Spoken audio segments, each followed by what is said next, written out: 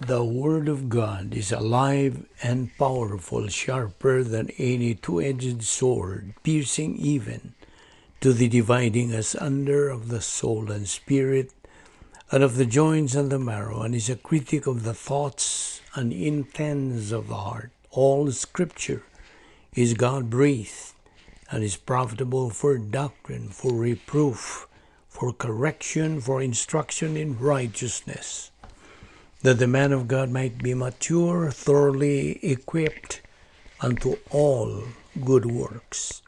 Study to show thyself approved unto God, a workman that needeth not to be ashamed, rightly dividing the word of truth. Proverbs 8:34, Blessed is the man who listens to me, watching daily at my gates, waiting at the posts of my doors. James 4:8, Draw near to God, and he will draw near to you. Cleanse your hands, you sinners, and purify your hearts, you double-minded.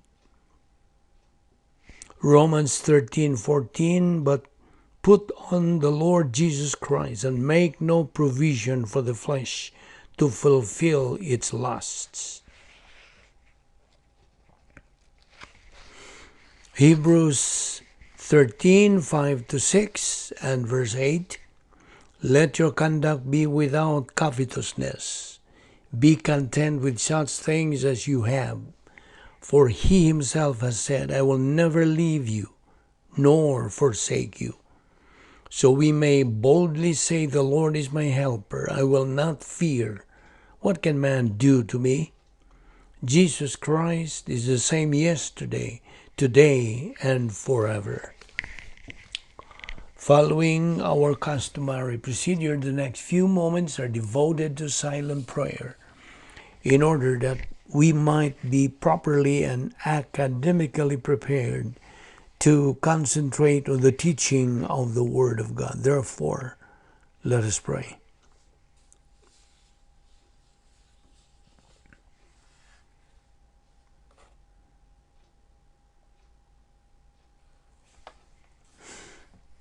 Heavenly Father, we are here once again because we love the Word, because we are members of the royal family of God through our faith on your Son, the Lord Jesus Christ.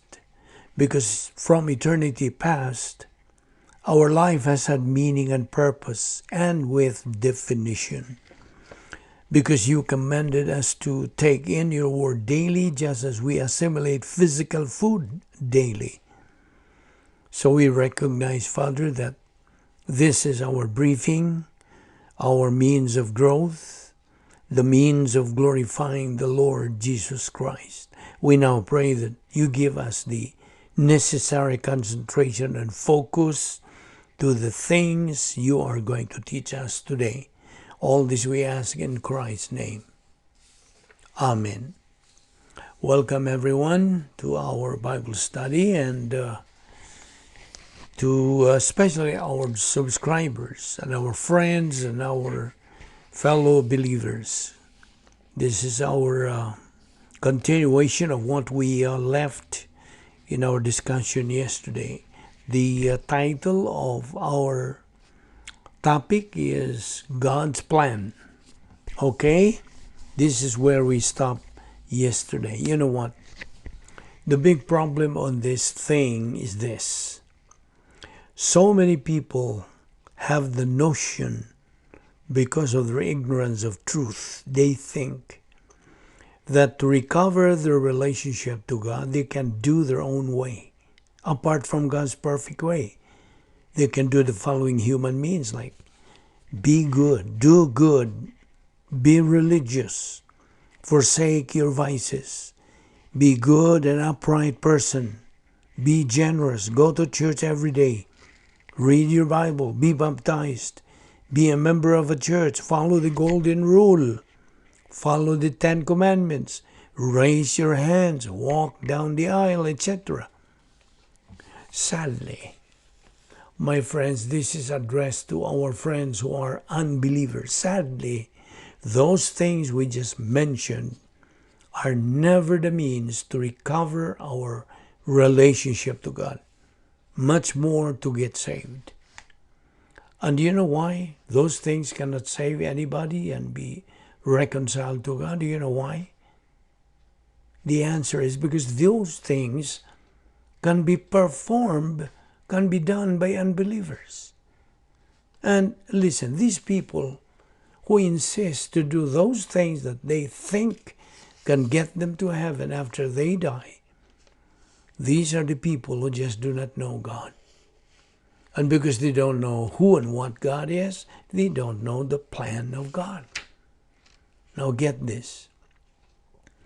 God has established His very own process, His own procedure, His own protocol.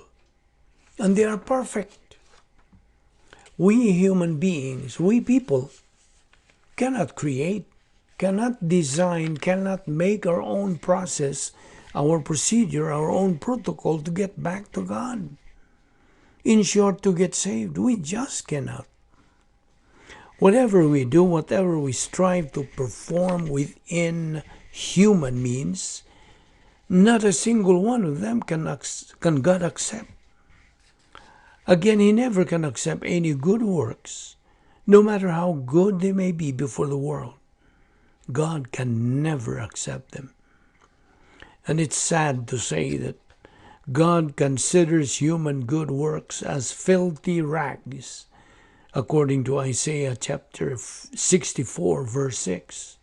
Thus, He, God, cannot just accept any of them. In Ephesians 2, 8 and 9, a popular verse says, "We have been saved by grace through faith, that not of yourselves, it's a gift of God, not of works, lest anyone should boast." Therefore, if you are an unbeliever who are listening to our Bible study right now, you cannot call God your Father. You cannot even pray addressing God as your Father. Remember that God is a merciful God. He is a holy God. One vivid example of God's being merciful is His will that all be saved. That is His mercy in action. Do you know what I mean? Now what again does He say in 2 Peter 3:9? God says, "I am not willing that anyone should perish, but that all should come to repentance." Also in 1 Timothy 2:4, it says, "He wills that all be saved and come to the knowledge of the truth." So let me repeat what I said a while ago. If you are an unbeliever, you cannot call God your Father unless and until you can establish a relationship with Him. And the only way you can do that is for you to put your faith totally in the Lord and Savior Jesus Christ. So according to the book of Romans, only those who have believed in Christ can address God as their Father.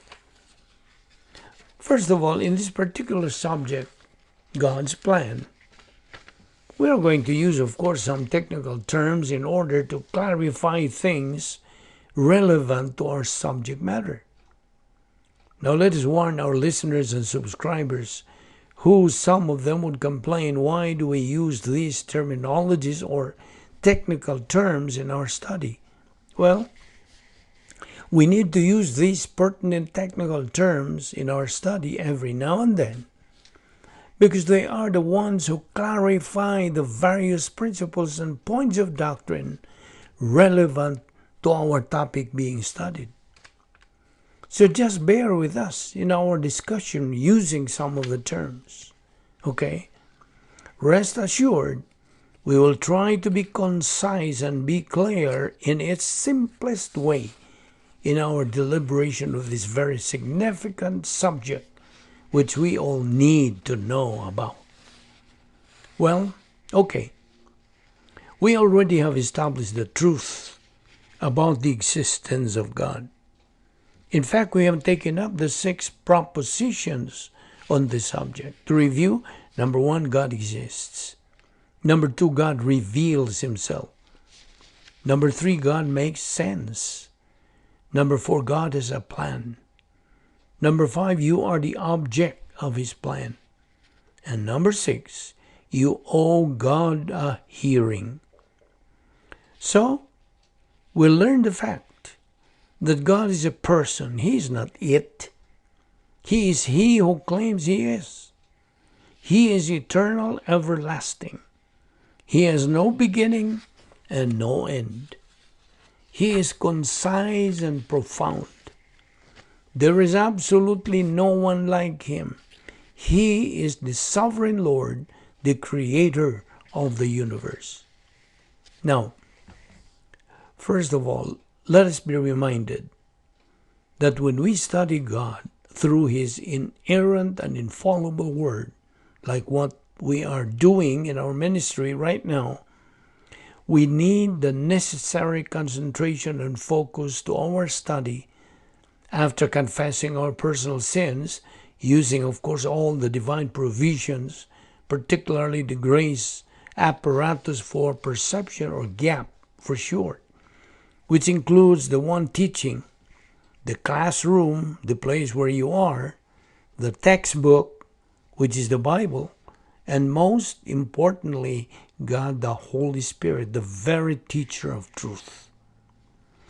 This way is what we believers are supposed to adopt in order to achieve our goal of real learning, which means the things we take up in our study may become not only gnosis doctrine, but epignosis.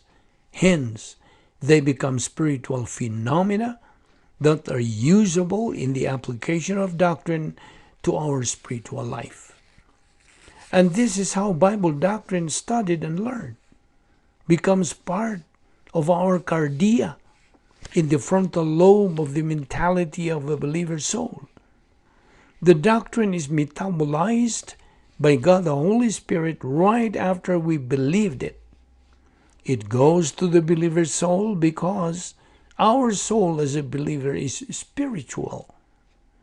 Now, these things we are talking about come or are derived from several principles of the Bible which need to be interpreted, and once they are properly interpreted and explained and understood, the students of the Bible class use their volition either to accept them or to reject them. Hence, it is a matter of choice.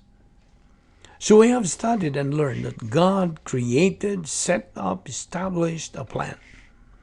A plan which is perfect. A plan intended for man. A plan where its object is man himself. Now remember that God's plan is perfect because God is perfect. So since God is perfect, His plan is perfect. We always repeat this principle. And now you notice that we keep repeating to say this truth. It needs to be repeated because this is a very significant and profound point of doctrine for us believers to sink in our cardia. Now please know this very well, that we believers are very much involved in the angelic conflict. Now, in simple terms, this conflict is the spiritual warfare which started right at the moment we got saved. We knew from Bible doctrine that the very reason God created us and put us in this world is for us to function in our role in resolving this angelic conflict. That is why we touch on this subject, so we will be reminded that this warfare between the forces of Satan and the forces of God is very much alive. And we believers are given the role to resolve this conflict in order for God to prove and to show to Satan that he is a defeated enemy and God is the winner. Now may I ask you, fellow believer, do you know this doctrine? Or are you aware of our role as believers?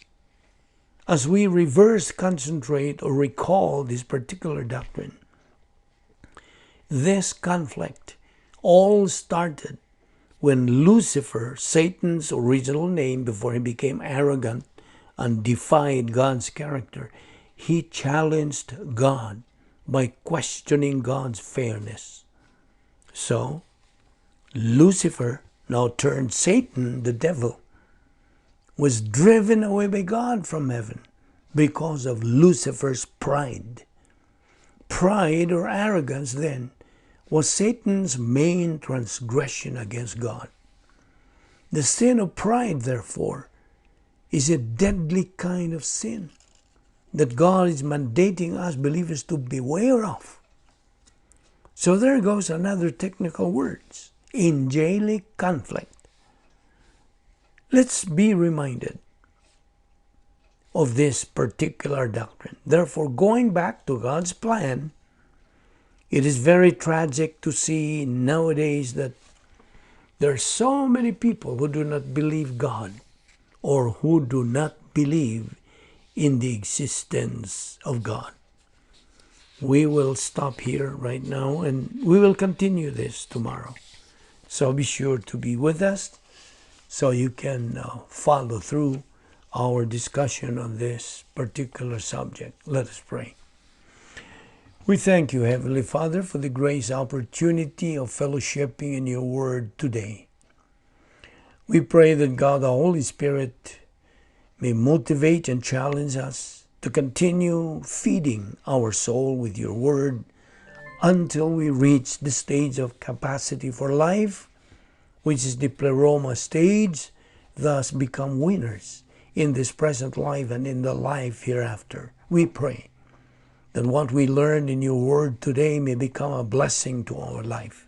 This we ask in Christ's name. Amen.